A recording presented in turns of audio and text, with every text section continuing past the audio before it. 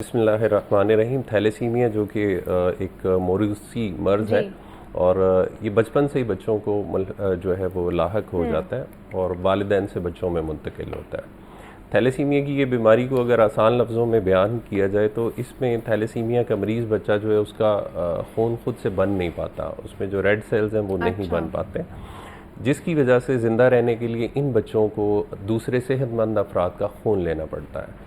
और उनके खून के अतियात की बदौलत ये बच्चे सारी ज़िंदगी डिपेंडेंट रहते हैं और ज़िंदगी गुजारते हैं। सेहत है तो ज़िंदगी है, तो इन बच्चों की ज़िंदगी जो है वो चूँकि ये खून के मोहताज हैं तो फिर कोई इनसे पूछे कि तकलीफ़ में जीना कैसा है। तो इन बच्चों के लिए रियाज मंसूर ट्रस्ट जो है वो फ्री ऑफ कॉस्ट तमाम सर्विसेज प्रोवाइड कर रहा है और हमारे पास हज़ारों बच्चे हैं जो इलाज की गर्ज से आते हैं जिन्हें हम फ्री ट्रीटमेंट प्रोवाइड करते हैं। लेकिन ये जो बच्चे ख़ास तौर पर इस थैलेसीमिया की मूजी बीमारी का शिकार होते हैं, इनकी जो फैमिलीज़ हैं उनके साथ भी आपका कांटेक्ट होता है, तो ख़ास करके इनकी फैमिलीज़ किस तरह सफ़र कर रही होती हैं, किन किन चैलेंजेस का मसाइल का सामना उन्हें रहता है? देखिए, इनकी अगर हम फैमिलीज़ की बात करते हैं तो कोई रिक्शा ड्राइवर है, कोई मज़दूर है, कोई दर्जी है, तो कोई ना कोई ऐसा है जो किसी न किसी तरह मज़दूरी कर रहा है। तो ऐसे शख्स के लिए अपने कुंबे की कफ़ालत करना, अपने घर को चलाना, कि घर भी किराए का है और रोज़गार भी कोई नहीं है और बच्चे भी एक घर में 6-6 बच्चे भी समटाइम जो वो थैलेसीमिया के मरीज़ हैं। तो ऐसी सूरत हाल में कोई अपना पेट पालेगा या इन बच्चों का इलाज करवाएगा। तो ऐसी सूरत हाल में हम ये समझते हैं कि ये आजमाइश अल्लाह की तरफ से है और अल्लाह जो करते हैं उसमें कोई ना कोई मसलहत होती है। तो हम इनके साथ कम से कम ऐसा सलूक करें कि जब ये हमारे पास आए तो इन्हें ये फीलिंग ना आए कि हम वहाँ पे जाएंगे धक्के खाने पड़ेंगे, वहाँ पे जाके कोई तरला मिन्नत करना पड़ेगा, बल्कि उनको ये फीलिंग हो कि हम एक घर से निकल के दूसरे घर में आए जहाँ पे हमें कोई मोहब्बत से डील कर रहा है। क्या बात है। तो हम लोग इन बच्चों को जो है अल्हम्दुलिल्लाह इस तरह डील कर रहे हैं। माशाल्लाह माशाल्लाह।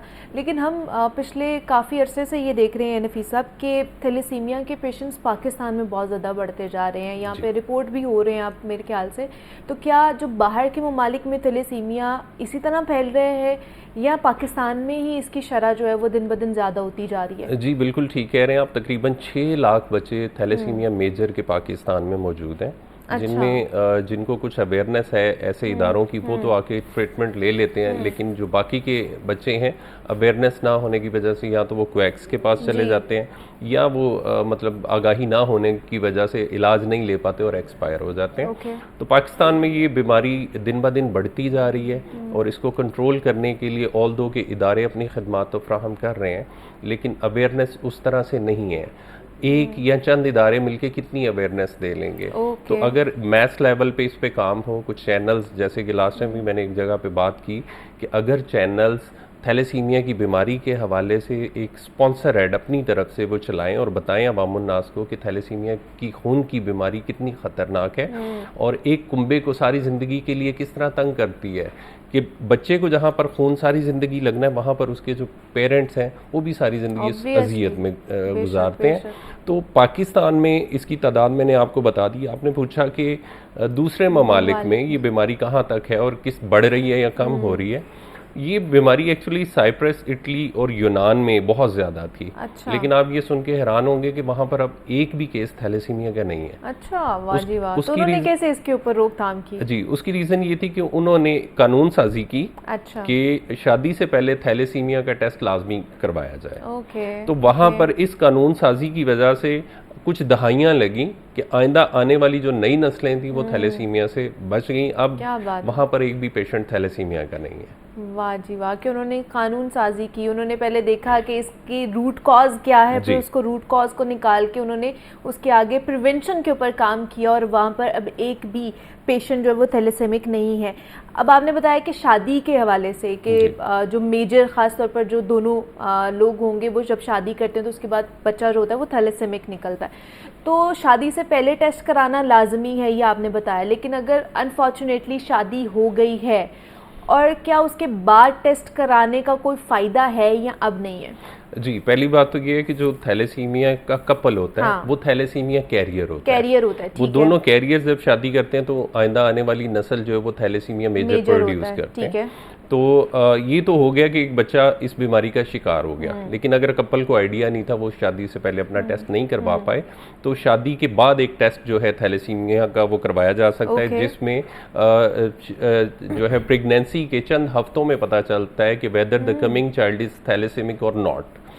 उसमें फिर उलमा इकराम का फतवा है कि अगर पता चल जाए कि ये थैलेसीमिया का बच्चा दुनिया में आएगा, तो चूंकि अभी रूह नहीं उसमें दाखिल हुई होती है शुरू के चंद हफ्तों में, तो उसको अबॉर्ट करवाने का फतवा है, ताकि वो बच्चा सारी ज़िंदगी के लिए जो है वो कतरा कतरा खून का मोहताज ना रहे और उनके वालिदैन सारी ज़िंदगी उसे सिसकता हुआ ना देखें। तो ये एक फतवा भी मौजूद है। अच्छा, ये फतवा है कि वो शादी के बाद भी टेस्ट करा सकते हैं। ये भी इतनी जदीद टेक्नोलॉजी हमारे पास आ चुकी है कि अगर शादी से पहले आप नहीं करा पाए हैं किसी भी रीज़न की वजह से, तो आप शादी के बाद भी टेस्ट करा सकते हैं। अच्छा, दूसरा अगर मंसूर ट्रस्ट की बात, रियाज मंसूर ट्रस्ट की बात कर ली जाए नफीस साहब, तो मुझे बताइए वहाँ पे कितने बच्चे जो हैं खासतौर पर उनका इलाज मुआलजा हो रहा है? इस वक्त रियाज मंसूर ट्रस्ट के पास तकरीबन 5000 बच्चे थैलेसीमिया के रजिस्टर्ड हैं। अच्छा। जिनको हम ये इलाज मुआलजा फ्राहम कर रहे हैं। और थैलेसीमिया के इन बच्चों के लिए खून के अतियात इकट्ठे करना, आप समझ सकते हैं कि खुदा न खास्ता किसी एक इंडिविजुअल को अगर खून की ज़रूरत कभी किसी एमरजेंसी की वजह से पड़ जाए, तो खून का बंदोबस्त करना आसान काम नहीं होता, एक बोतल खून। अच्छा। तो हम 5000 बच्चों के लिए माहाना बुनियादों पर खून इकट्ठा करते हैं और उनको स्क्रीन करके जदीद मशीनों के ऊपर अल्हम्दुलिल्लाह उसकी प्रोडक्ट्स तैयार करते हैं। जिन बच्चों को रेड सेल्स चाहिए उन्हें रेड सेल्स देते हैं, कुछ बच्चे हेमोफीलिया के होते हैं। अच्छा। तो ये भी एक जेनेटिक डिसऑर्डर है, उनको फिर हम जो है वो वाइट सेल्स प्रोवाइड करते हैं। तो ये एक बड़े लेवल पे अल्हम्दुलिल्लाह हम लोग काम कर रहे हैं, जो कि मैं समझता हूँ आसान नहीं है, लेकिन उन इदारों का हम शुक्रिया अदा करते हैं जो हमारे साथ ताउन करते हैं ब्लड कैंपिंग में। जो एकेडमिक इंस्टीट्यूशंस हैं, कॉर्पोरेट सेक्टर्स हैं, वहाँ से हम ब्लड इकट्ठा नहीं तो एक जो थैलेसेमिक बच्चा है उसको कितना खून चाहिए होता है और कब कब कितने अरसे बाद उसको खून लगता है? देखें जी, ये डिपेंड करता है कि थैलेसीमिया का बच्चा जब दुनिया में आता है, क्योंकि वो एक छोटा सा बच्चा है, तो उस वक्त उसकी जो रिक्वायरमेंट ऑफ ब्लड है वो थोड़ी सी है। तो महीने डेढ़ बाद उसे खून की ज़रूरत पड़ती है, लेकिन ग्रेजुअली जब वो बड़ा होना शुरू हो जाता है बच्चा, तो उसकी खून की ज़रूरत भी बड़ी हो जाती है। तो अभी हमारे पास ऐसी कैटेगरीज भी हैं कि किसी बच्चे को महीने में 2 दफ़ा ब्लड लगता है और किसी बच्चे को महीने में 4 मरतबा ब्लड लगता है। अच्छा। तो इतना ज़्यादा ब्लड एक बच्चे को, आप सोचें कि उसका तो पूरा महीना, उसका हर दिन, उसका हर पल ये सोचने में गुजर जाता है कि मुझे ज़िंदा रहने के लिए खून लगवाना है। और उनके जो पेरेंट्स हैं वो उनका भी हर पल यूं ही गुजर जाता है कि आज ब्लड लग गया, दोबारा मिलेगा कि नहीं मिलेगा, मिलने के बाद मेरा बच्चा कितनी देर तक जिंदा रहेगा। तो ये एक ऐसी चीज़ है जो हम रोज़ाना वहाँ पर देखते भी हैं, फेस भी करते हैं, और बहुत बड़ा दिल करके हम लोग वहाँ पे इनके साथ बैठते हैं।